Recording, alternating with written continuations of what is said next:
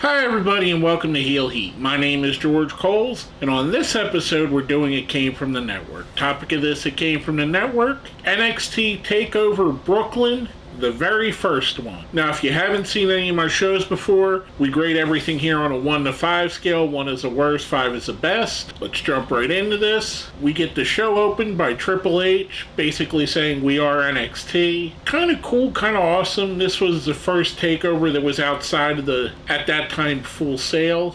So the brand was expanding a little bit. Really cool opener. That leads us right into one of the craziest one-off matches of all time. Tyler Breeze going up against Jushin Thunder Liger in his only appearance in a WWE ring. It's just crazy to think that a legend as important to the wrestling business as Liger made one appearance in a WWE ring, and it was an opener on an NXT show. But that also goes to show you just how exciting and good the NXT product was at the time. This was a great opening match. It got you right into the show. Liger picks up the win here. I'm giving this one a 4. Next up, we start to see some of the tropes for the NXT TakeOver shows. We get the NWO in the crowd, Nash, Hall, and Waltman. That's followed up by a video hyping the debut of Nia Jax.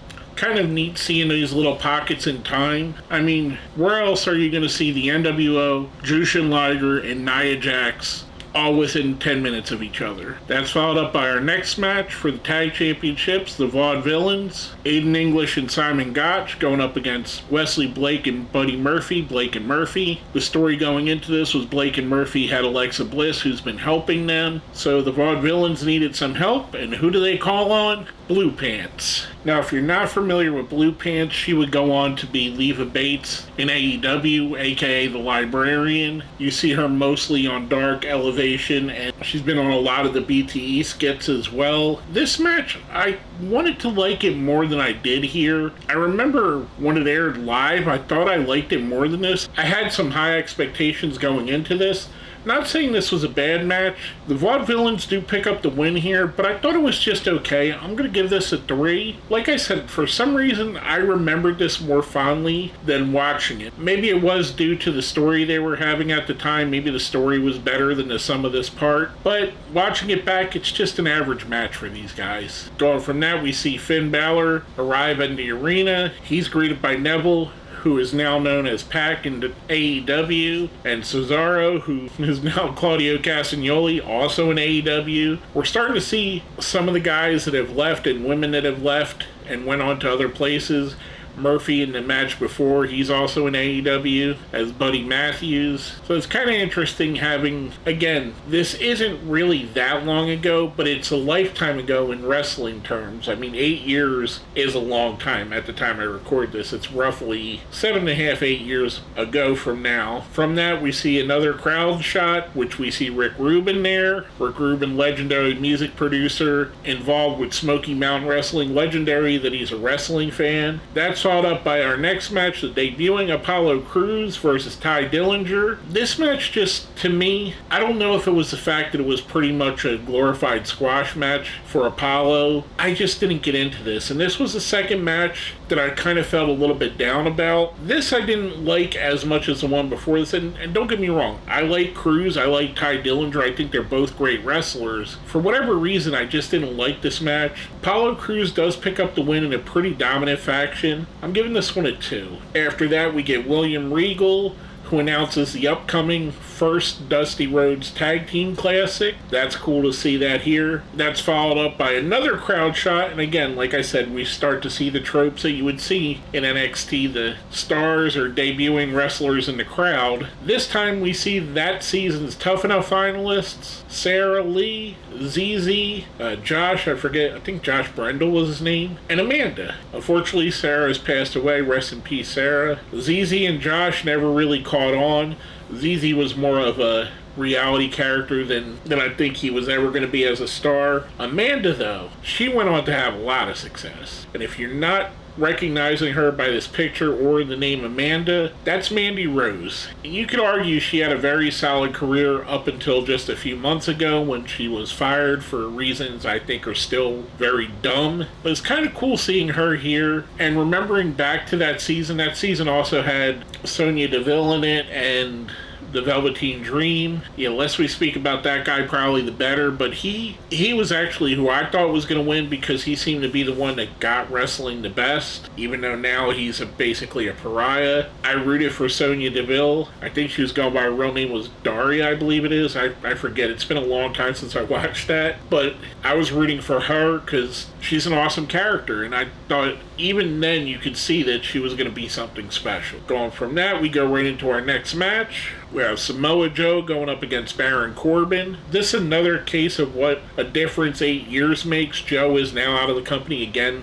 like a couple of the aforementioned people in AEW. Baron Corbin's been through about 5 or 6 different versions of Baron Corbin since this time frame. I actually liked this Corbin, the lone wolf character. I thought it had legs. I didn't think it was something that would be a major star, but I thought he could be a serviceable mid-carder, which he's gone on to be. And I know Baron Corbin gets a lot of flack for his gimmicks and them not working, but the guy's like a Swiss Army knife. Anything you ask him to do, he's able to do. I think he does need to go away for a little bit, maybe take a year off, 6 months off, come back repackaged more seriously so we can have him back to where he was here, where he looked like an absolute star. This was actually a really good match. I enjoyed this a lot. Samoa Joe does pick up the win. I'm giving this one a 4. Next up, we get another in the crowd segment. This time we have the 2 legends, Ric Flair and Sergeant Slaughter, and a third debuting star, Kana, which if you're not familiar with her by that name, that's Asuka.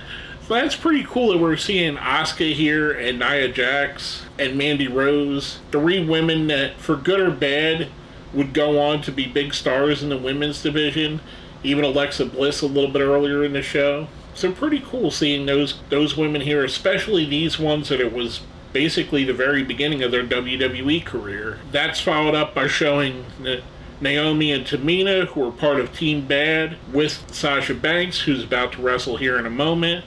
So that was pretty cool that they were in the crowd too. We get Stephanie McMahon coming out to the ring, basically to announce the women for the next match. This is for the NXT Women's Championship. We have Sasha Banks defending against Bayley. This is the match that made this show special. This was one of the reasons why I wanted to go back and watch this, with Sasha Banks, aka Mercedes Moné, transitioning over to New Japan now. I wanted to go back and watch this, one of her most famous matches. The thing that also brought this card into my mind was watching the 2K23 roster reveal and seeing Tyler Breeze included as a legend, so that made me think of a Breeze and Liger match. This match, Sasha Banks and Bayley, I have to say this has to be one of the best women's matches in North America of all time. If this isn't the best match in this country for women's wrestling, it's on the very short list of matches that are right up there. I honestly can't think of one right off the top of my head that is as good or better than this. There are some that are still up there that are pretty awesome. I really enjoyed this match, the whole story about it. Bayley being the last of the 4 horsewomen to be called up, being the one left behind, basically. They put on a phenomenal showing. Bayley does pick up the win here, and I seem to have done this a lot lately. Much like Dave Meltzer, he has his 5-star scale, I have my 5 scale. He goes above his 5-star scale, I'm going to go above my 5 scale. I'm giving this one a 6. Like I said, I think this is one of the best women's matches in North America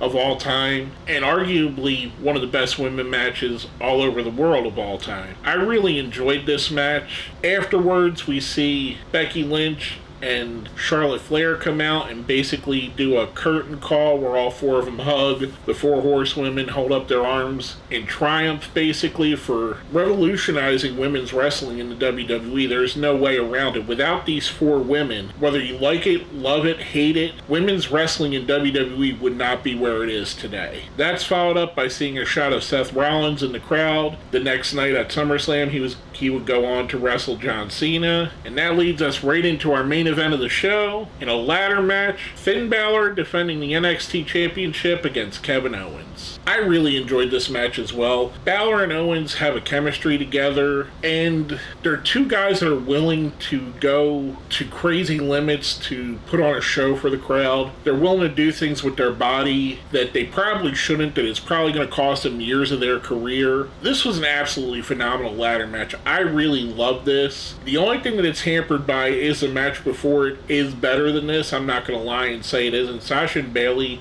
is the match of the show. But Kevin and Finn here put on a fantastic match. And any other card, this would be the biggest match on the card and the best match on the card. But on this one, unfortunately, it's right behind a legendary match. Balor picks up the win after a very hard-fought battle.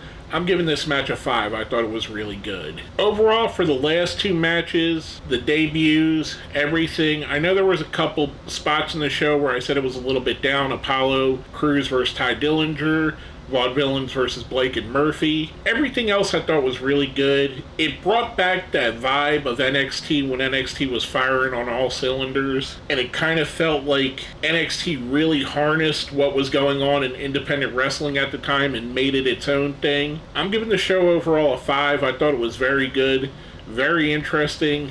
I enjoyed it from the start to the end. With all that being said, let's smash that like button, share the video, subscribe if you haven't, and if you've made it all the way to the end, let me know who your favorite women's wrestler that appeared on this show was, whether it be Leva Bates, Alexa Bliss, Nia Jax, even though Nia was just a video, any of the 4 horsewomen, Asuka. Let me know, even Stephanie McMahon. She's got a women's championship or a Divas championship behind her, so she's on the list too. Let me know who your favorite women's wrestler on this card was. With all that being said, my name is George Coles, and this has been another It Came From the Network.